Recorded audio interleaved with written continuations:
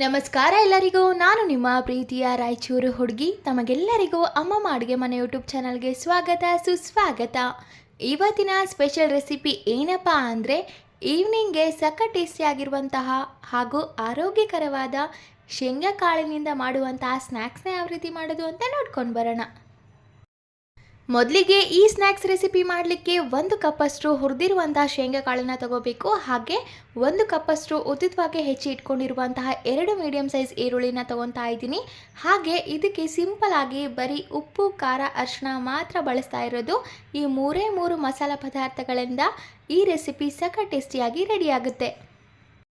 So ಈ ಸಖತ್ತಾಗಿರುವಂತಹ evening ಸ್ನ್ಯಾಕ್ಸ್ನ ಯಾವ ರೀತಿ ಮಾಡೋದು ಅಂತ ನೋಡ್ಕೊಂಡು ಬರೋಣ. ಮೊದಲಿಗೆ ಈ ಸ್ನ್ಯಾಕ್ಸ್ ರೆಸಿಪಿನ ಮಾಡಲಿಕ್ಕೆ ಒಂದು ಚಿಕ್ಕ ಕಡಾಯಿನ ತೊಗೊತಾ ಇದ್ದೀನಿ. ಈ ಕಡಾಯಿನ ಕಾಯಲಿಕ್ಕೆ ಇಡಬೇಕು.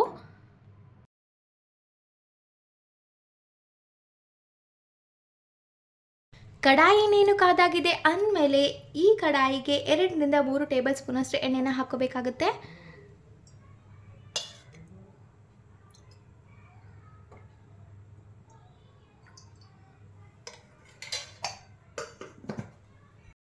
ಎಣ್ಣೆನ ತುಂಬ ಚೆನ್ನಾಗಿ ಕಾಯಿಸ್ಕೋಬೇಕು. ಎಣ್ಣೆ ಕಾದಾದ್ಮೇಲೆ ಉದ್ದಿತವಾಗಿ ಹೆಚ್ಚಿ ಇಟ್ಕೊಂಡಿರುವಂತಹ 1 ಮೀಡಿಯಂ ಸೈಜ್ ಈರುಳ್ಳಿನ ಹಾಕೋಬೇಕಾಗುತ್ತೆ.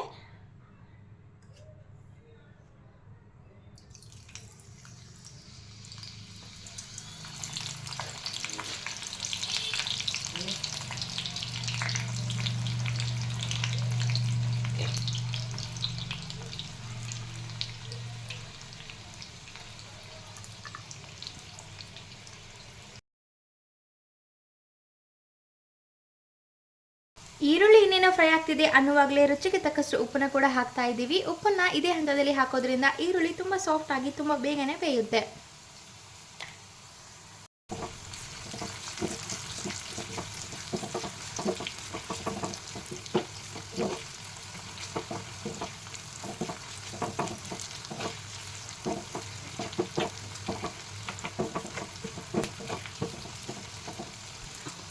ನೋಡಿ, ಆಲ್ರೆಡಿ ಈರುಳ್ಳಿ ಎಲ್ಲ ತುಂಬ ಚೆನ್ನಾಗಿ ಫ್ರೈ ಆಗಿದೆ. ಇದೇ ಹಂತದಲ್ಲಿ 1 ಚಿಟಿಕೆಯಷ್ಟು ಅರಿಶಿನ ಪುಡಿನ ಹಾಕ್ತಾ ಇದ್ದೀನಿ. ಹಾಗೆ 1 ಟೇಬಲ್ ಸ್ಪೂನಷ್ಟು ಅಚ್ಕಾರದ ಪುಡಿ ಕೂಡ ಹಾಕ್ಕೊಂಡು ಎಲ್ಲನೂ ತುಂಬ ಚೆನ್ನಾಗಿ ಕಲಸಿದ ಆದಮೇಲೆ ಮುಂಚೆನೇ ತೊಗೊಂಡು ಇಟ್ಕೊಂಡಿರುವಂತಹ ಹುರಿದಿರೋ ಶೇಂಗಾವನ್ನು ಹಾಕೋಬೇಕಾಗುತ್ತೆ.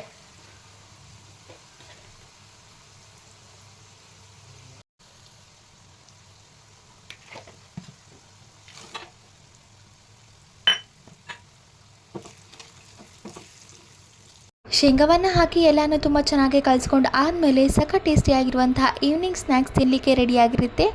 ಈ ರೆಸಿಪಿ ನಿಮಗೇನಾದರೂ ಇಷ್ಟ ಆಗಿದ್ದರೆ ಅಮ್ಮಮ್ಮ ಅಡುಗೆ ಮನೆ ಯೂಟ್ಯೂಬ್ ಚಾನಲನ್ನು ಲೈಕ್ ಮಾಡಿ, ಶೇರ್ ಮಾಡಿ, ಕಮೆಂಟ್ ಮಾಡಿ ಹಾಗೂ ನಮ್ಮ ಚಾನಲನ್ನು ಸಬ್ಸ್ಕ್ರೈಬ್ ಮಾಡಿ. ಧನ್ಯವಾದಗಳು.